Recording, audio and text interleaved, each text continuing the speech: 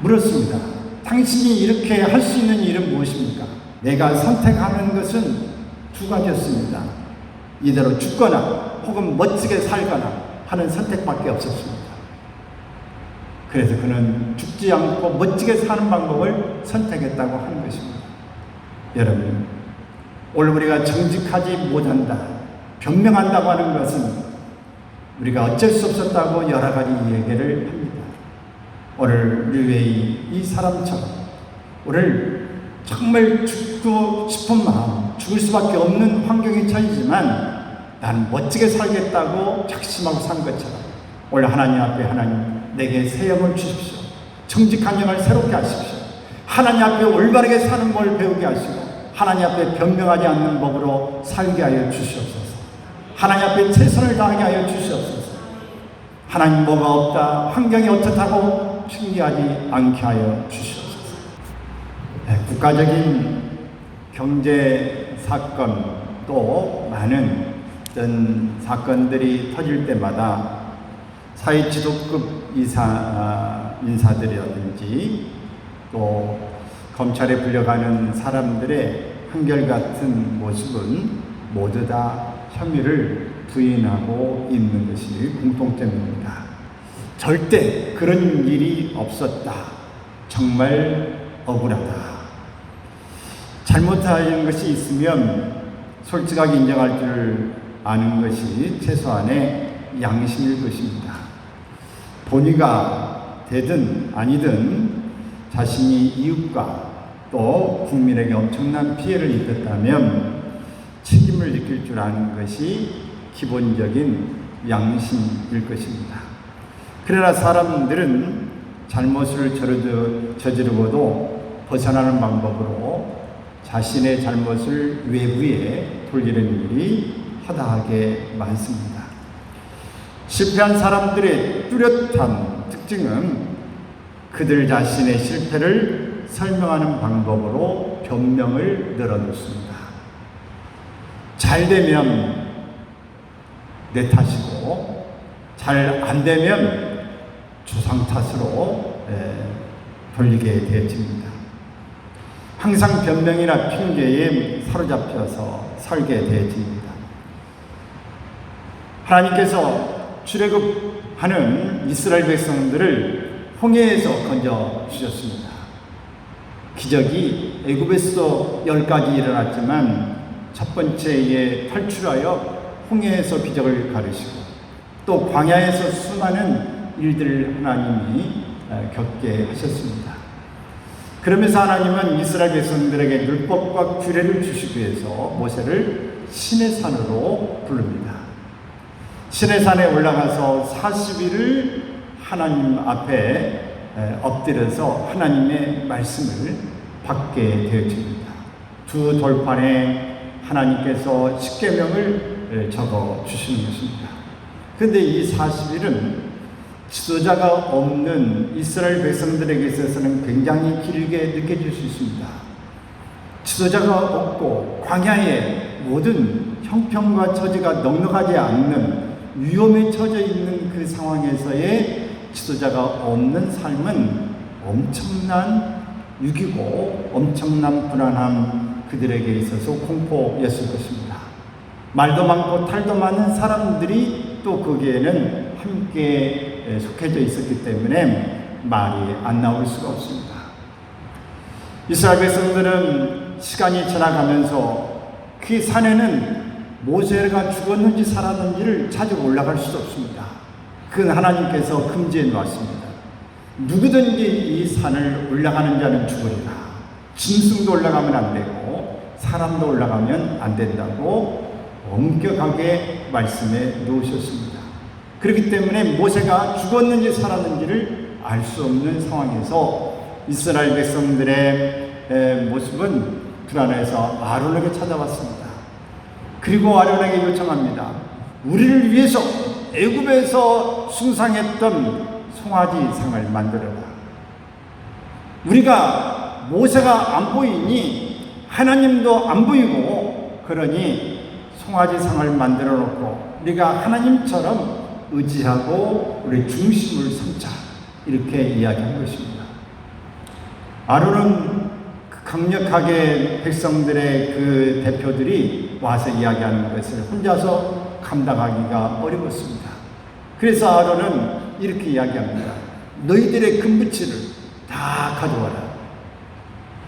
그들은 다 애굽에서 나올 때에 이 금부치들을 가지고 다 나왔기 때문에 그것을 아론 앞에 가져왔습니다. 그래서 그 금부치를 용광로에 집어넣습니다. 용광로에 집어넣고 그걸 다 꺼내서 이 송아지 모양을 만들고 다 조각을 해서 다 신상을, 송아지상을 만들어 놨습니다. 그리고 제막식을 했습니다. 그리고 백성들이 모여서 춤을 추고 노래하고 제사하고 이 성대하게 잔치를 벌이면서 숭배하고 있는 것입니다. 모세가 40일을 다 이 마치고 2개 돌판에 십계명을 받아서 내려와 보니 이것은 하나님이 가장 싫어하는 형상을 만들지 말라고 하는 이 계명에 걸리는 것입니다. 하나님을 보이지 않는다고 하나님을 이 송아지상으로 바꿔버린 이스라엘 백성들의 모습을 보면서 분노하여 2돌판을 내려 던지게 되어집니다. 다 돌판을 40일이나 금식하면서 받은 것, 하나님이 직접 써주신 것을 깨뜨려 버린 것입니다. 하나님의 분노, 하나님의 그 마음을 가지고 깨뜨린 것이죠. 그리고 모세는 아론에게 묻습니다. 당신이 어떻게 했기에, 이 백성이 어떻게 했기에 이런 일이 일어났느냐라고 질문하게 되어집니다. 그럴 때 아론은 모세에게 이렇게 대답합니다. 읽습니다. 시작. 이 백성이 당신에게 어떻게 하였기에 당신이 그들을 큰 죄에 빠지게 하였느냐. 이렇게 묻자 아론은 백성들이 되게 요구하고 강력히 말하기 때문에 어쩔 수가 없었다. 그리고 이 금부치를 용광로 속에 집어넣었더니 이 금송아지가 나왔다. 이렇게 변명을 하게 되어집니다. 오늘 이 본문의 말씀을 통해서 우리가 이 변명해 주는 교훈을 생각해 보려고 합니다. 먼저 이 변명은 교묘한 거짓말이라고 하는 사실을 알아야 합니다. 아론의 변명은 매우 그럴듯했습니다. 백성이 약하다는 것도 사실이고 백성들이 먼저 신을 만들자고 한 것도 사실입니다. 금부치를 용광로에 녹인 결과 금송아지가 만들어진 것도 사실이기 때문에 그렇습니다. 그러나 그의 말은 교묘하게 사실인 것처럼 위장된 거짓말입니다. 32장 1절 4절에 보면 백성들이 아론에게 우리를 인도할 신을 만들라고 요청을 합니다. 이때 아론은 금고리를 가져오라고 명했습니다. 우상을 만들려면 금이 있어야 되지 않겠느냐. 그래서 금고리를 불에 넣어 녹인 후 송아지 모양을 만들고 조각칼로 다듬고 쓰기까지 한 것입니다. 그런데 넣었더니 송아지가 나왔다. 말이 안 되는 것입니다. 자기가 책임져야 될 잘못을 은폐하기 위해서 백성들과 용광로의 책임을 전가한 것입니다. 사무엘상 15장 20절에서 21절에 보면 사울왕이 하나님의 명령을 따르지 않고 양과 소를 좋은 것만 죽이지 않고 끌어왔습니다. 아말렉과의 전쟁에서 승리하고 남겨온 것입니다. 하나님의 말씀은 사람이든 짐승이든 모든 걸 하나도 남김없이 진멸하라 이렇게 말씀한 것입니다. 근데 사울왕이 좋은 것들을 가지고 왔는데 사무엘이 왔을 때에 이 소와 양의 소리가 들린 걸 보고 무슨 일이냐고 물었습니다. 그럴 때 사울왕은 하나님 앞에 좋은 것을 남겨서 제사하려고 했습니다. 이렇게 변명을 하게 되어집니다. 그것은 하나님 앞에 드린다는 것보다 자신의 탐욕 때문에 가져온 것이죠. 시편 기자는 시편 120편 2절에서 이렇게 말합니다.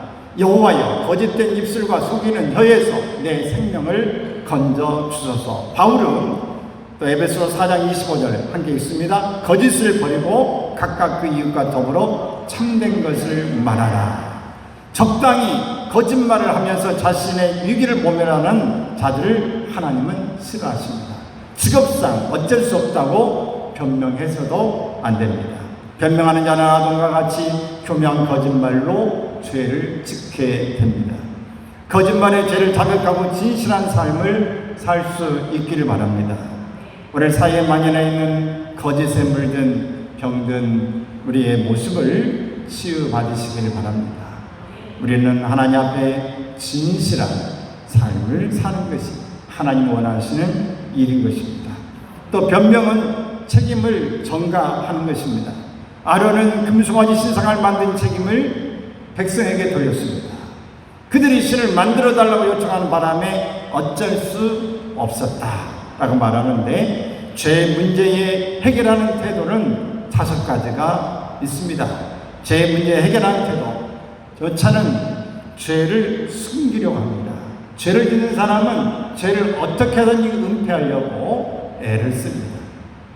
또 죄를 합리화, 정당화하려고 합니다. 어쩔 수 없었다, 그것이 바른 일이다, 이렇게 하는 것이 그래도 선을 위한 것이 아니냐라고 합리화하고 정당화합니다. 또 죄에 대한 보상을 하려고 합니다. 이런 내가 죄를 졌기 때문에 이것으로 내가 보상을 하겠다라고 이야기를 하면서 죄의 문제를 해결하려고 합니다. 또 자신의 몸을 자학하면서 처벌받으려고 합니다. 죄 때문에 어떤 사람은 자살하기도 하고 어떤 사람은 자신의 몸을 상하게 하기도 합니다. 그러면서 자신의 죄를 해결하려고 방법을 사용합니다. 또 죄를 다른 사람에게 전가하려고 합니다. 내가 아니라 저 사람 때문이다 라고 이야기합니다. 대표적으로 우리는 인간의 그 전가하는 모습을 창세기 3장에서 최초의 인간의 아담과 하와의 모습을 통해서 찾아볼 수 있습니다. 아담은 왜 이 선악을 알게 하는 나무 선악과를 따먹었냐고 말할 때 하나님이 지으신, 하나님이 내게 주신 하와가 주어서 먹었습니다. 이것은 내 잘못이 아니라 하와 저 여자입니다. 하나님이 내게 만들어주신, 내게 허락하신 그 여자 때문에, 그래서 하와와 하나님에게 책임을 전가합니다. 하와는 뱀에게 그 죄를 전가합니다. 개인적인 실수에 대해서 다른 사람이나 환경을 탓하는 올무에 우리가 걸리기가 쉽습니다. 우리가 잘못의 전적인 내 책임이라고 하는 사실을 인정할 수 있는 사람은 굉장히 용기 있는 사람입니다. 자기 잘못을 자기라고 이렇게 떳떳하게 말할 수 있는 것은 용기가 필요한 것입니다. 잘못을 인정하고 솔직하게 고백하는 사람은 하나님이 용서해 주시는 것입니다. 사랑하는 여러분, 우리는 잘못된 일은 무엇이든지 자기가 책임지지 않으려고는 깊이 풍조가 만연해 있다고 하는 것. 더 나아가 그 책임을 남에게 떠넘기려고는 남의 탓을 하는 탓풍조가 많습니다. 깊이 풍조, 탓풍조.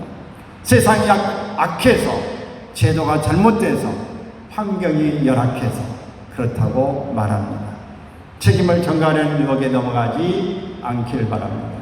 우리는 이 찬양 예배에 많은 찬양을 드렸습니다. 모든 예배는 하나님의 것입니다.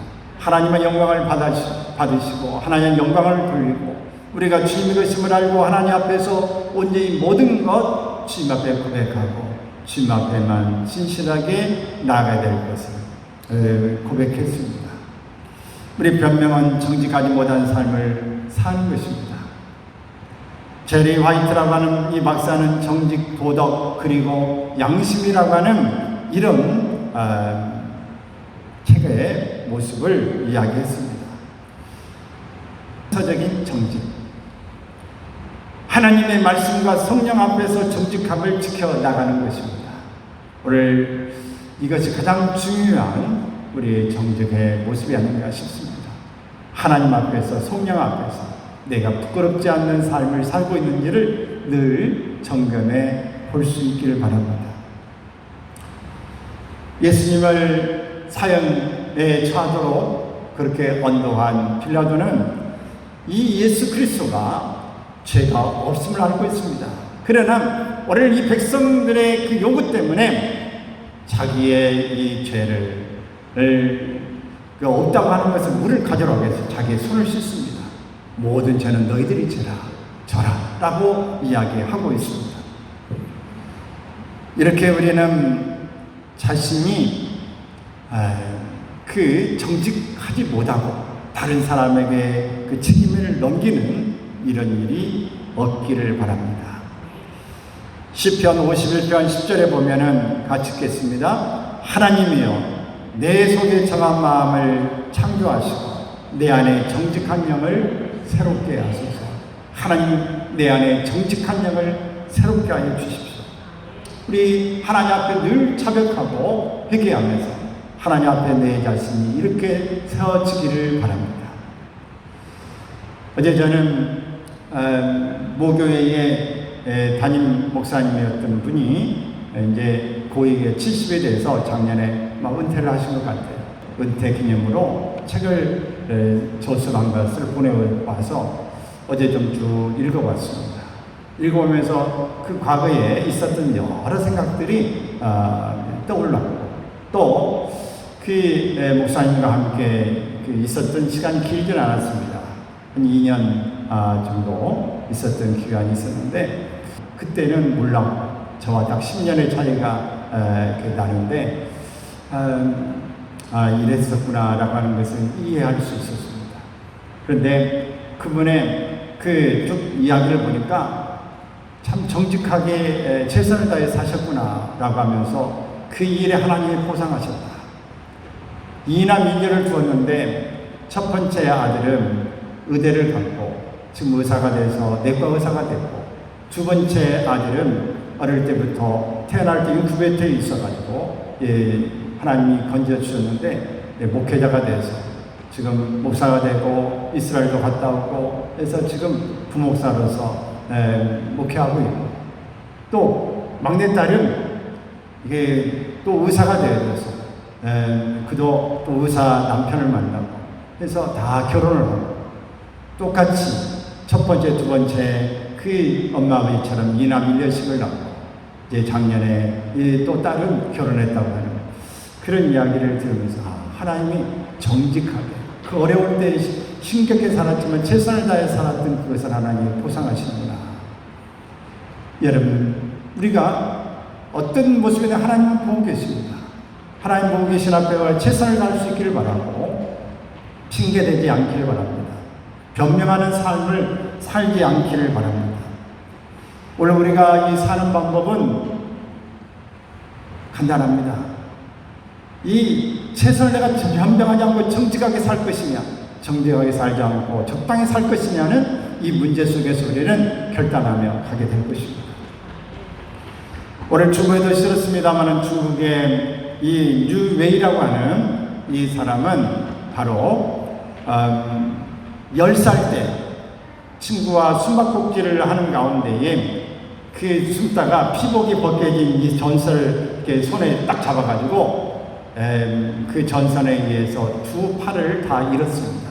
10살 때 두 팔이 다 감전돼서 잘라내게 되어진 것입니다. 낚시 어릴 때 낚시말만도 한데 그의 엄마가 너는 보통 사람과 다르지 않다. 그러면서 계속 이렇게 주입하면서 다시 용기를 내서 두 팔이 없지만 수영을 열심히 배워가지고 전국체전에서 중국에서 그 2관왕이 됩니다. 그래서 올림픽에 나가려고 준비하고 있는 그에게 장애인 올림픽에 나가서 이제 금메달을 목에 걸 꿈을 가지고 있는데 피부병이 돋아가지고 다시 좌절합니다. 이러면 포기할 만하지만은 그는 다시 17살에 그는 피아노를 배우러 갑니다. 근데 손이 없는 사람이 어떻게 피아노 배우느냐? 거절합니다. 근데 다시 그는 이 발가락으로 피아노를 치는 일을 시작합니다. 하루에 7시간씩을 피아노를 치기 시작해서 드디어 차이나스 갓 탤런트라고 하는 이 프로에 출연해서 유명한 스타가 되어지게 되어집니다. 물었습니다. 당신이 이렇게 할 수 있는 일은 무엇입니까? 포기할 수 있었는데 왜 이렇게 했습니까? 라고 물을 때에 내가 선택하는 것은 두 가지였습니다. 이대로 죽거나 혹은 멋지게 살거나 하는 선택밖에 없었습니다. 그래서 그는 죽지 않고 멋지게 사는 방법을 선택했다고 하는 것입니다. 여러분, 오늘 우리가 정직하지 못한다, 변명한다고 하는 것은 우리가 어쩔 수 없었다고 여러 가지 얘기를 합니다. 오늘 르웨이 이 사람처럼 오늘 정말 죽고 싶은 마음, 죽을 수밖에 없는 환경에 처해지만 난 멋지게 살겠다고 작심하고 산 것처럼 오늘 하나님 앞에 하나님 내게 새 영을 주십시오. 정직한 영을 새롭게 하십시오. 하나님 앞에 올바르게 사는 걸 배우게 하시고 하나님 앞에 변명하지 않는 법으로 살게 하여 주시옵소서. 하나님 앞에 최선을 다하게 하여 주시옵소서. 하나님 뭐가 없다, 환경이 어떻다고 핑계하지 않게 하여 주시옵소서. 오늘 이렇게 살 수 있기를 바랍니다. 오늘 그렇게 최선을 다해 사는 사람 하늘도 스스로 돕는 자를 돕는다고 하는 것입니다. 하나님 만명이 살아계시고 우리 가운데서 이렇게 역사하실 줄로 믿습니다. 진실이 살아있는 사회를 우리가 만들어갈 수 있기를 바라고 잘못을 인정하고 책임지는 정직한 사회에 우리가 한 부분이 되어져서 멋지게 살아갈 수 있기를 주의 이름으로 축원합니다.